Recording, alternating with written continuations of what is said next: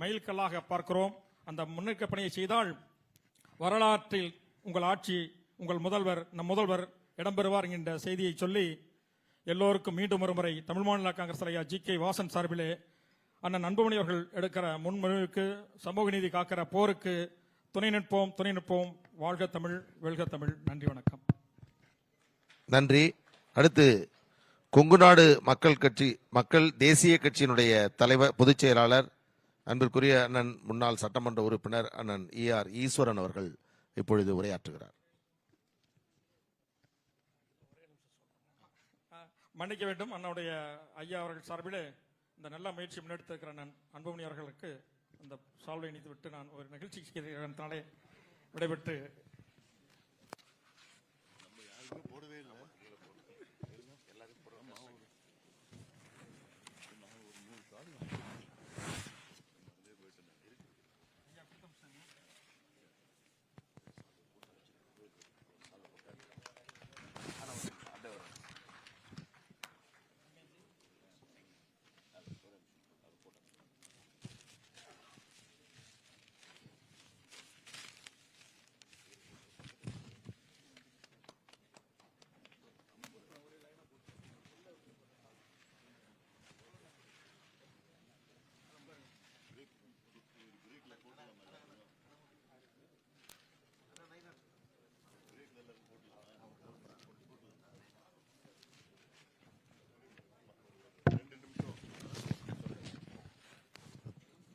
தலைவர்களுக்கு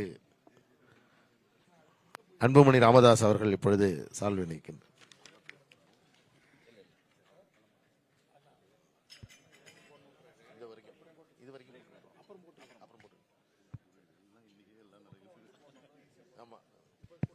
மற்ற எல்லாருக்கும் இன்னொரு 5 மினிட்ஸ். தேர்தலுக்கு பிறகு அரசியல் வேறுபாடுகளை கடந்து அனைவரையும் ஒன்றிணைத்து ஒரு அருமையான அமர்வை இங்கு ஏற்படுத்தி இருக்கின்ற பாட்டாளி மக்கள் கட்சியினுடைய தலைவர் அவர்களுக்கு கொங்குநாடு மக்கள் தேசிய கட்சியின் சார்பாக நன்றியும் பாராட்டுகளையும் தெரிவித்துக் கொள்கின்றேன். இந்த அமர்வில் கலந்து கொண்டிருக்கிற அனைவருக்கும் கொங்குநாடு மக்கள் தேசிய கட்சியின் சார்பாக என் வணக்கத்தை தெரிவித்துக் கொள்கின்றேன். இடஒதுக்கீடு என்பது அடித்தட்டு மக்கள் வரை தேவையான வளர்ச்சியை, முன்னேற்றத்தை பெற வேண்டும் என்பதற்காகத்தான் கொண்டு வரப்பட்டிருக்கின்றது என்பதை எல்லோருமே அறிவோம். இந்தியா முழுவதும் எல்லா மாநிலத்திலுமே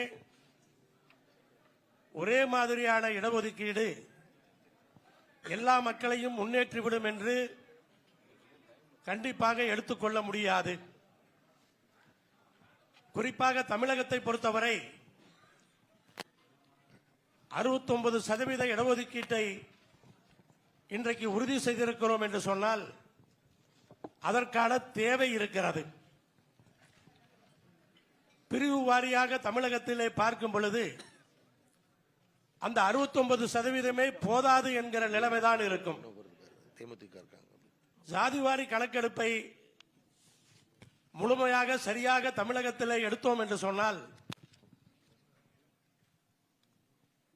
பிசி, எம்பிசி, பட்டியலினத்தவர், பழங்குடியினர் என்று மொத்தமாக பார்க்கும் பொழுது 69% விட அதிகமான ஒரு சதவீதம் இடஒதுக்கீடு தேவை என்பதைத்தான் உணர்வதாக இருக்கும். அதே சமயத்திலே ஜாதி வாரியாக ஒரு சில ஜாதிகள் முன்னேறிவிட்டது, ஒரு சில ஜாதிகள் முன்னேறவில்லை என்பதையும் அப்படியும் எடுத்துக்கொள்ள முடியாது.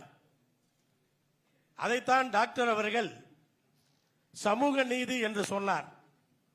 இது சாதிவாரி கணக்கெடுப்பு அல்ல, சமூக நீதி கணக்கெடுப்பு என்று சொன்னார். எந்த சமுதாயத்தை எடுத்துக்கொண்டாலும் அந்த சமுதாயத்தை சார்ந்த எல்லோருமே ஒரே நிலையிலே இல்லை. இடஒதுக்கீட்டை 2-3 தலைமுறைகளாக அனுபவித்த குடும்பங்கள் நன்றாகவே முன்னேறி இருப்பதை பார்க்கிறோம். ஆனால் பல சமுதாயங்களிலே இதுவரை இடஒதுக்கீடையே அனுபவிக்காத தலைமுறையும் இருக்கத்தான் செய்கிறது. அப்ப அவர்களுக்கும் அந்த இடஒதுக்கீடு தேவைப்படுகிறது. எல்லா சமுதாயத்திலும் அதே நிலைமைதான். அதுதான் சமூக நீதி. அந்த கணக்கெடுப்பை எடுக்கும் பொழுது யாருக்கு என்ன தேவை என்பதை நாம் கண்டிப்பாக உணர முடியும். அதற்கு தகுந்தாற் போல எல்லோரையும் முன்னேற்றுவதற்கான அந்த வழியை காண முடியும்.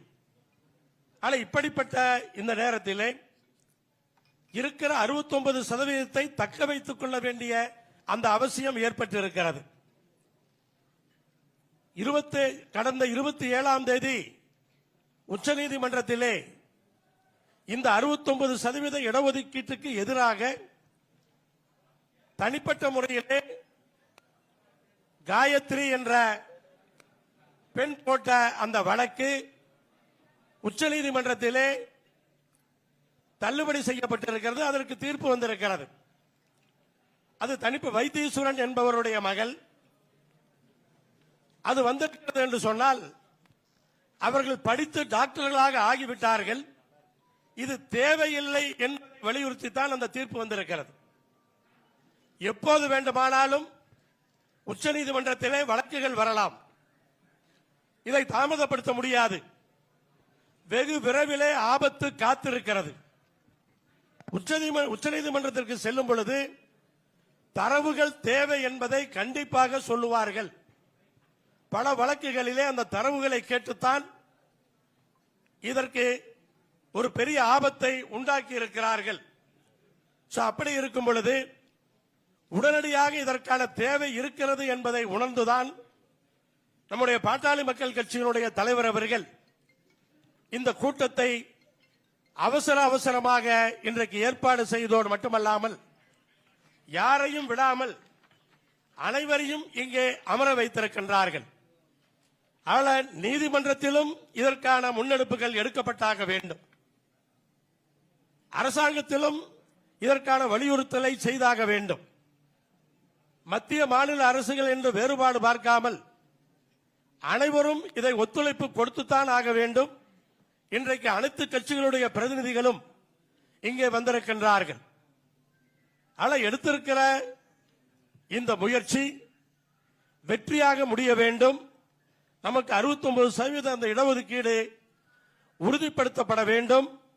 அதே சமயத்திலே மீண்டும் நான் வலியுறுத்துவது, எல்லா சமுதாயத்திலும் எல்லோரும் வளர்ந்து விடவில்லை. ஒரு சமுதாயத்திலே ஒரு 10% வளர்ந்திருக்கிறார்கள் என்று சொன்னால் மீதி இருக்கிற 90%ம் அதை போல வளர்ந்து விட்டார்கள் என்று அர்த்தம் அல்ல. அதையும் கணக்கில் கொண்டுதான் அந்த மாற்றங்களை கொண்டு வந்தால் அனைத்து சமுதாயத்தினருக்கு அடித்தட்டு மக்களும் வளர்வதற்கு வாய்ப்பாக இருக்கும். அதற்கான முன்னெடுப்புகளை எடுக்க வேண்டும். கொங்கு நாடு மக்கள் தேசிய கட்சியின் சார்பாக, எங்களுடைய நாடாளுமன்ற உறுப்பினரின் சார்பாக, நாடாளுமன்றத்திலும் எங்களுடைய சட்டமன்ற உறுப்பினரின் சார்பாக தமிழ்நாடு சட்டமன்றத்திலும் இதற்கு ஆதரவான குரலை எப்போதும் ஒலிப்போம் என்ற அந்த உறுதியை இந்த நேரத்திலே அனைவரிடத்திலும் இந்த இடத்திலே சொல்லிக் கொள்ளுகிறேன். அதே போல இந்த கூட்டத்திற்கு தமிழக ஆளுங்கட்சியின் சார்பாக பிரதிநிதி வந்திருப்பது மிக ஒரு மகிழ்ச்சியான ஒரு செய்தி. அதை அனைவரின் சார்பாக வரவேற்கும் பொழுது இன்றைக்கு அவரும் சொல்லிவிட்டார், உங்களைப் போல நாங்களும் அதே ஒத்த கொள்கையை கொண்டிருக்கிறோம். சாதிவாரி கணக்கெடுப்பு, சமூக நீதி கணக்கெடுப்பு எடுப்பதிலே எங்களுக்கு மாற்று கருத்தில்லை, எங்களுடைய கொள்கையும் அதுதான் என்று சொல்லி இருக்கிறார். அதை தாண்டி நம்முடைய இந்த கூட்டத்தை ஏற்பாடு செய்திருக்கிற டாக்டர் அன்புமணி அவர்கள் உறுதிப்படுத்திக் கொண்டார். ஆளுநர் உரையிலே அது வரும் என்ற அந்த நம்பிக்கையை அவரிடத்திலே கேட்டு பெற்றிருக்கிறார். அவரும் அதற்கான ஒப்புதலோடு தான் இருக்கிறார் என்று நினைக்கின்றேன். ஆனால் வருகின்ற ஆளுநர் உரையிலே சாதிவாரி கணக்கெடுப்பு, சமூக நீதி கணக்கெடுப்பு தமிழகத்திலே எடுக்கப்படும் என்ற அறிவிப்பு கண்டிப்பாக வரும் என்ற அந்த நம்பிக்கையோடு அதை எதிர்பார்த்து இந்த அழைப்புக்கும் அமர்வுக்கும் நன்றி கூறி விடைபெறுகிறேன். நன்றி, வணக்கம். மேலும் இதுபோன்ற செய்திகளுக்கு KMDK லைவ் சேனலை லைக் பண்ணுங்க, ஷேர் பண்ணுங்க, சப்ஸ்கிரைப் பண்ணுங்க.